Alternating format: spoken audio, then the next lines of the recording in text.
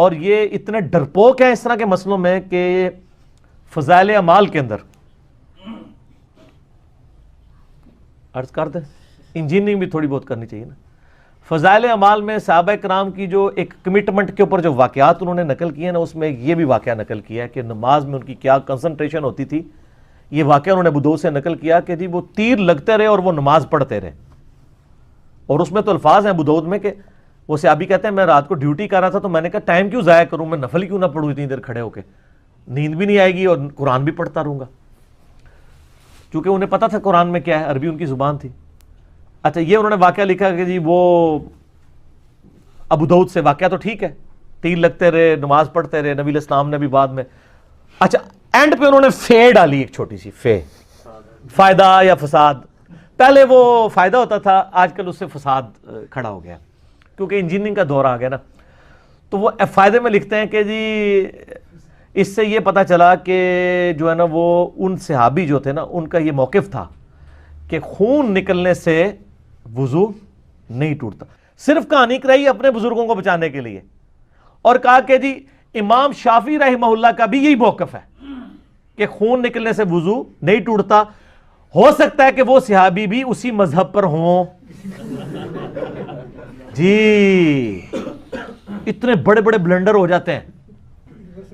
ٹھیک ہے، صحابی شافعی کہاں سے ہو گیا؟ ویسے ٹھیک ہی کہتے ہیں. پتہ کیوں؟ جنہوں نے لکھا ہے کہ حضرت عیسیٰ علیہ السلام فقہ حنفی پہ عمل کریں گے، ہائے ہائے ہائے نا اڑتے ایسی ایسی گلا نہیں کہ تمہیں ہر بندہ پوچھے گا کہ ساڈے بزرگ کتنی کہانیاں پا کے گئے ہیں. سر یہ جو 2-4 کہانیاں میں نے ان کی ایکسپوز کر دی اور آپ دیکھ رہے ہیں میں ہر ویڈیو میں کر رہا ہوں. یہ سر وہ ایٹم بم ہے جو ایک دفعہ ناگاساکی یا ہیروشیما پہ گرا ہے نا تو جاپان جو اس وقت سپر پاور تھی نا اور جرمنی وہ گھٹنے ٹیک گئی تھی امریکہ کے سامنے.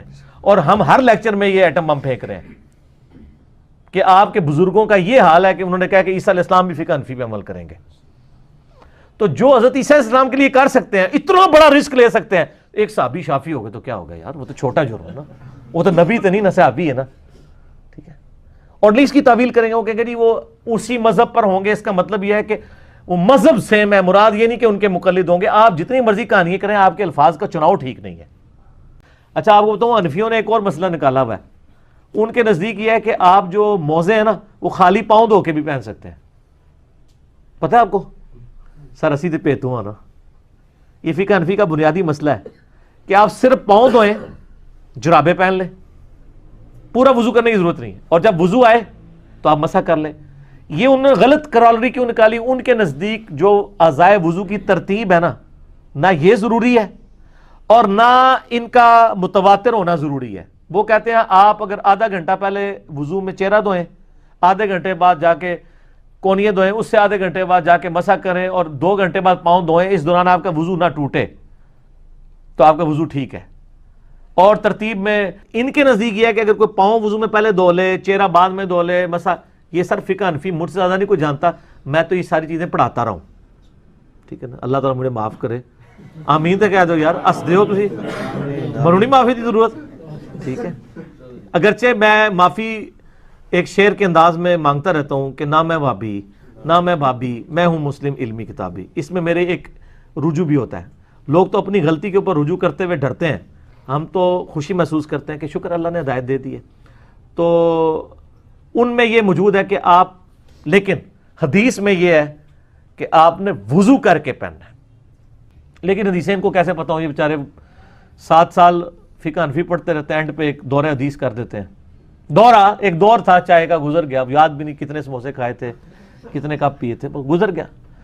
اب جو 7 سال چیز پڑھی وہ یاد رہے گی، یا جو آخر میں چند مہینے دورہ کیا وہ یاد کیا جائے گا؟ 7 سال مت مار چھڑ دینے، اینڈ تے حدیثاں پڑھ کے بھی نا کوئی نہیں، کوئی فرق نہیں پڑنا. جب آپ کو ایک کو پکا کر دیں گے ایک مسلک میں، پھر آپ حدیثیں اس لیے پڑھیں گے کہ ان حدیثوں کے جواب دیں بجائے ان حدیثوں پہ عمل کرنے کے. ختم مشکات، ختم فلاں، ٹھیک ہے جی. تو یہ پھر وہ کدواتے رہتے ہیں. تو خون نکلنے سے سر وضو نہیں ٹوٹتا، بے فکر رہیں. وہ کہتے ہیں جی وہ جلد سے باہر آ جائے. سر فقہ حنفی میں مسائل آپ کو بتاؤں کتنے پیارے پیارے لکھے ہوئے ہیں، میٹھے میٹھے. وہ کہتے ہیں جلد جو زخم کی جو اپنا حصہ ہے نا اس سے باہر آ جائے تو وضو ٹوٹ جائے گا. پھر انہوں نے لکھا ہے کہ اگر کوئی شخص ایک کپڑا لے اور وہ جسم کے اس زخم سے خون باہر آنے سے پہلے اسے پہنچ لے اور پھر جب نکلنے لگے پھر پہنچ لے, یوں وہ بے شک جتنا مرضی کر لے اس کا وضو نہیں ٹوٹے گا. جس طرح ہار گالج کوئی نہ کوئی ہیلا بنا دے نا, یہ بھی ہیلا لکھا ہوا ہے انہوں نے, کیونکہ وہ کھال پہ نہیں بہا اور بہتا ہوا لہو وضو توڑے گا. ٹھیک ہے, اتنی بڑی کہانی کرنے کے بجائے یہ مسئلہ ہی آپ کا جعلی تھا, ورنہ تو سر یہ تو پھر ٹوٹ جاتا نا. وہ کہہ رہے ہیں جتنا مرضی آپ پوچھ لیں ایسے ایسے کر کے, یعنی نکل رہا ہے نا, آپ پوچھتے جائیں اور اس کو بہنے نہ دیں, حالانکہ وہ بہہ چکے ہیں, اس سے زیادہ آپ پوچھ چکے ہیں. تو کہتے ہیں چونکہ بہا نہیں ہے. سر جب کہانیاں ہوں گی نا, ایک کہانی کو چھپانے کے لیے دوسری کہانی, دوسری کے لیے پھر تیسری کہانی, تیسری کے لیے چوتھی کہانی. ایک کہانیاں چھڑ دو, لوگوں کو علم دین سکھاؤ. اور میں یہ جو آپ کو ایک حسب حال کی فارم میں, یہ خبرناک کی فارم میں آپ کو ایک مزاحیہ انداز میں چیزیں اس لیے کنوے کرتا ہوں کہ تھنک آؤٹ آف باکس کریں. ہماری کسی سے کوئی ذاتی دشمنی نہیں واللہ, ہم یعنی سب کے ساتھ ہمدردی کرتے ہیں. ہم صرف یہ بتاتے ہیں کہ ایک بچہ سمگلر کے گھر پیدا ہوا تھا, جوان ہو گیا, اب اس کو جوانی کے بعد پتہ چلا کہ میرا باپ تو ہیروئن سمگل کر کے اس نے یہ مسجد بنوائی تھی اور یہ مدرسہ بنوایا تھا, اگرچہ میرے باپ نے داڑھی بھی رکھی ہوئی ہے. تو اب وہ کہے کہ نہیں میرا باپ غلط ہو گیا تو لہٰذا سمگلنگ ہی جائز ہو جائے گی. ایسے نہیں ہوگا, اس کو ماننا پڑے گا سمگلنگ غلط ہے, میرے باپ نے غلط کیا. ان کو بھی ہم کہتے ہیں آپ کے بزرگوں نے جو اتنا بڑا کھلواڑ دین کے ساتھ کیا ہے, آپ کو ماننا پڑے گا, کیونکہ آپ نے اللہ نبی کا کلمہ پڑھا ہے نا, بزرگوں کا نہیں پڑھا. اور میں یہ زانے شروع ہونے والی ایک جملہ بولوں کہ لوگوں کو تو اپنی بری اولاد کے کرتوت بھگتنے پڑتے ہیں, لیکن یہ فرقوں کے علماء اور بزرگ ایسے ہیں کہ ان کو اپنے بزرگوں کے برے کرتوت بھگتنے پڑ رہے ہیں کہ یہ دفاع کر رہے ہیں کہ نہیں یہ ہمارے بزرگوں کا یہ مقصد نہیں تھا. یہاں تو ہوتا ہے نا کہ بچے کو غلطی کر کے آتے ہیں, ماں باپ کہتے ہیں نہیں میرا پتر انجدہ نہیں ہے, تانوں غلط فہمی ہوئی ہے. یہ او پتر دے جڑے پیواں دے اور اپنے بزرگاں دے کرتوتاں دا حال تک دفاع کر رہے ہیں. نہ کرو سر, اور صبح شام ایک دفعہ کہا کریں کیا نام ہے وابی, نام ہے بابی, میں ہوں مسلم علمی کتابی.